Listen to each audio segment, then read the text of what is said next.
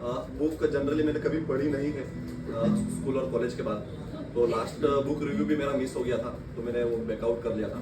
तो इस बार एक अपॉर्चुनिटी मिली, फिर भी पूरी नहीं पढ़ पाया, 70% तक पढ़ी है। तो मैं स्टार्ट करता हूँ। So good evening everyone. Today I am going to present a very powerful and life changing book called the power of now. So book के नाम से ही आपको आइडिया आ जाएगा कि बुक में एग्जैक्टली क्या है, द पावर ऑफ नाउ। इसके ऑथर है एकार्ट टोले, जो कि जर्मनी में 1948 में उनका बॉर्न हुआ था। सो ऑथर के बारे में मैं ज़्यादा डिस्कस नहीं करूंगा, क्योंकि इन्होंने ये बुक में स्टोरी नहीं बताई है। ये बुक को 10 चैप्टर में डिवाइड किया है और हर एक चैप्टर को एक टाइटल देके उसका मीनिंग समझाया। तो मैं वो 10 चैप्टर आपको 1 बाय 1 करके उसका रिव्यू करूंगा। The main idea of this book is very simple but deep. Most of our suffering comes not from the present moment but from our thoughts about past and the future. So in other words, we are rarely living in present. We are either thinking about what happened in the past or worrying about what will happen in the future. So and because of this we lost peace. So हम future और past में ही हमारा mind continuous सोचता रहता है। तो ये book से ये हमें सीखने को मिल रहा है। क्या क्या ये बुक सिखाती है? How to come back to the present moment. कुछ इन्होंने आइडिया दिया है कि अगर आप पास्ट और फ्यूचर के बारे में सोच रहे हो तो कैसी टेक्निक से आप प्रेजेंट मोमेंट में वापस आ सकते हो। How to become free from stress, fear and over thinking and how to experience true happiness inside yourself. So let's start by chapter. Chapter 1 का टाइटल है you are not your mind. यहाँ पे Eckhart Tolle कहना चाहते हैं कि these are two different things. Your mind and you are not the same things. So generally our mind keeps talking all the time, जैसे कि what if I fail, what will people say, I should have done better in the past. So अपना mind जो है वो every time future और past में ही रहता है। But the author says you are the observer of the thoughts, you are not the thoughts. हमें अपनी थॉट्स को ऑब्जर्व करना है, we are not the thoughts. Just एक एग्जांपल लेता हूँ। जस्ट इमेजिन कीजिए कि क्लाउड्स स्काई में पास हो रहे हैं। Clouds are passing in the sky, clouds comes and goes but the sky remain unchange.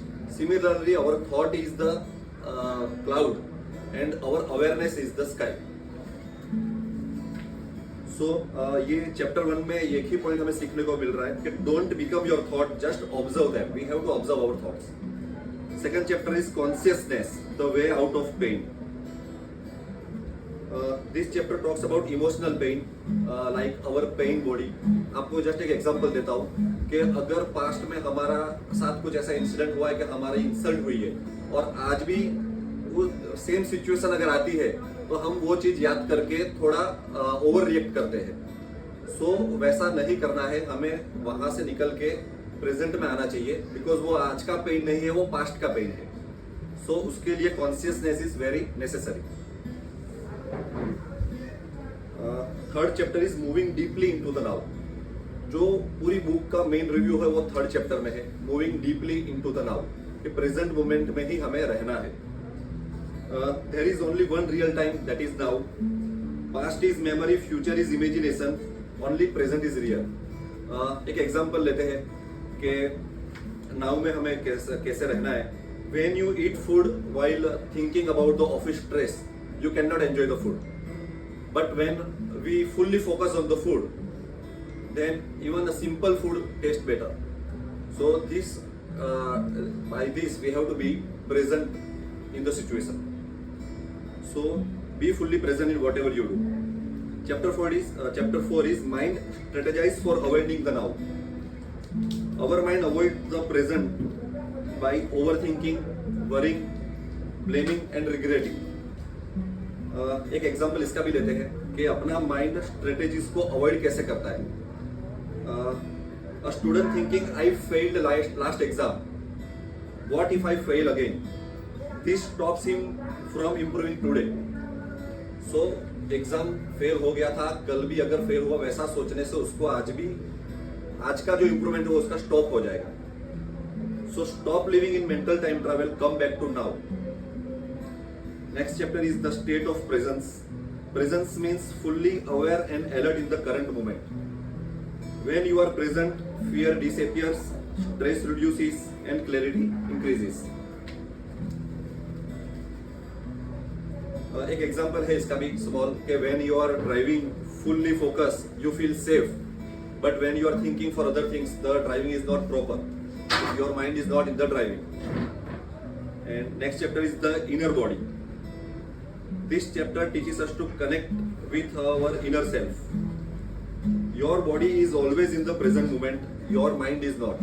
सो ये बहुत इंटरेस्टिंग है ये पूरी बुक में कि your body is always in the present moment, your body is not, sorry your mind is not. So if you focus on your breathing और heart beat you naturally become present. So ये एक technique है कि अगर आपको future और past में से प्रेजेंट में कैसे आना है तो जस्ट आपको आपकी बॉडी का यूज करना है, आपकी ब्रीथिंग पे फोकस करना है, आपके बॉडी के हैंड्स और लेग्स को फील करना है, तो उससे आप प्रेजेंट में इमीडिएटली आ सकते हैं because your body is always in the present moment. Next chapter is portals into the unmanifested. यहाँ पे कुछ बहुत ही डीप बात हुई है, मेरा थोड़ा बड़ा बट मुझे इतना पता नहीं चला, जिसमें उन्होंने साइलेंस, स्पेस, डीप स्टिलनेस उसके बारे में बात की है. तो ऊपर से मैंने ये पूरा चैप्टर निकाल दिया, फिर से टाइम मिलेगा तो मैं पढ़ूंगा इसको.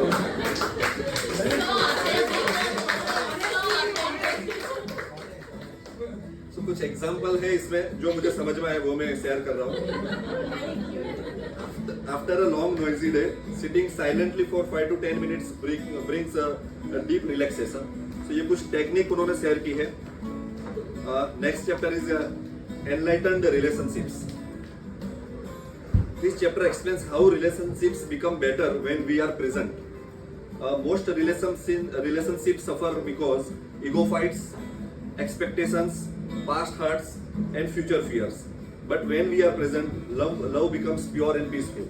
So same मैंने भी यही implement किया है कि जो काम कर रहे हो, जिस दिन काम कर रहे हो, जो टाइम पे काम कर रहे हो, वहाँ पे फुल्ली फोकस रहो, तो पास्ट और फ्यूचर ऑटोमेटिक बेटर हो जाएगा. Next chapter is beyond happiness and unhappiness. Happiness and sadness are both temporary emotions.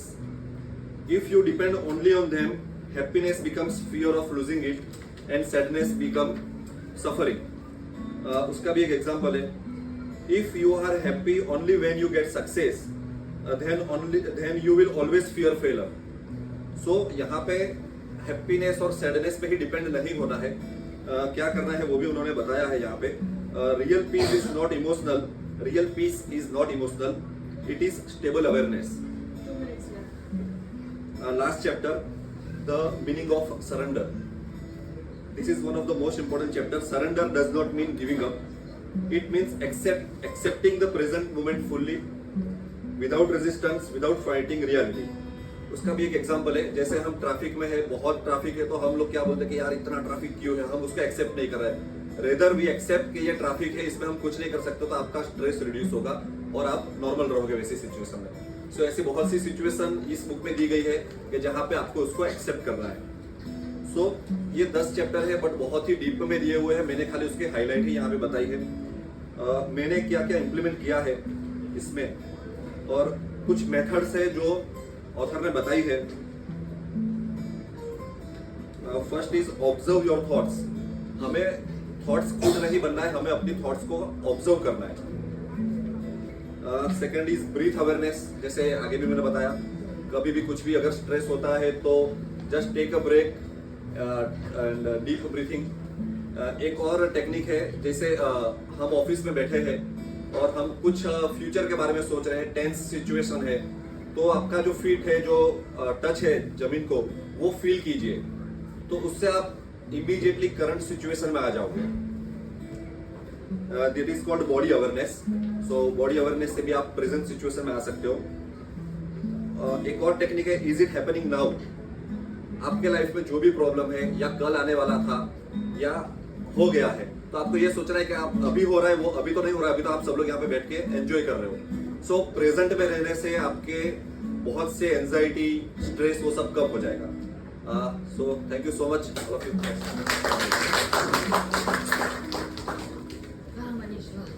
Good chapter. Thank you. Ekdam honest review. I'm so proud as your sponsor. If if I want to add something, so it is like कि focus on what you can do today. आज में जियो और आज से future और better बनेगा. Thank you.